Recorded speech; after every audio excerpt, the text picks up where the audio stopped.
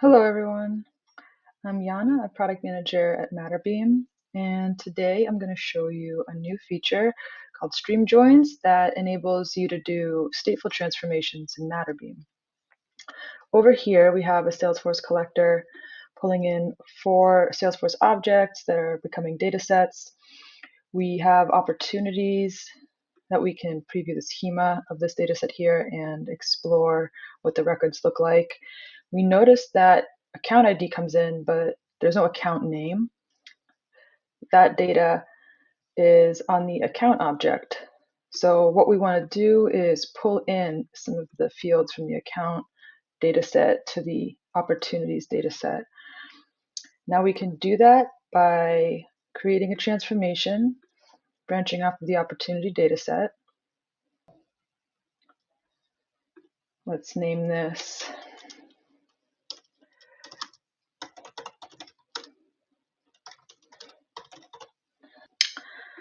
we can go in and introduce our materialized table, which in this case is going to be our accounts table because we need to get data from there.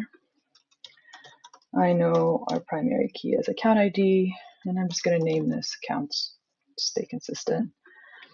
I'm going to save that, and I can add a step here by editing this transform Python code and specify exactly what I need to happen. So I'm pulling in my materialized table, which is the accounts table that we just pulled in below, and I'm adding a few fields from the account object and naming them account name, account billing address, and account industry. Submit. I can explore what these records are going to look like before I publish this transform. So here we can see as the opportunity record comes through and flows through this transform that account name, account billing address, and account industry are being added to each record. And from here, I would just publish this transform.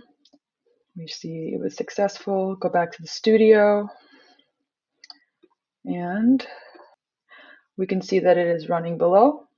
And we have an outgoing data set. We would rename this, but it is going to start creating a schema and records. And we can peek those records on the output as well.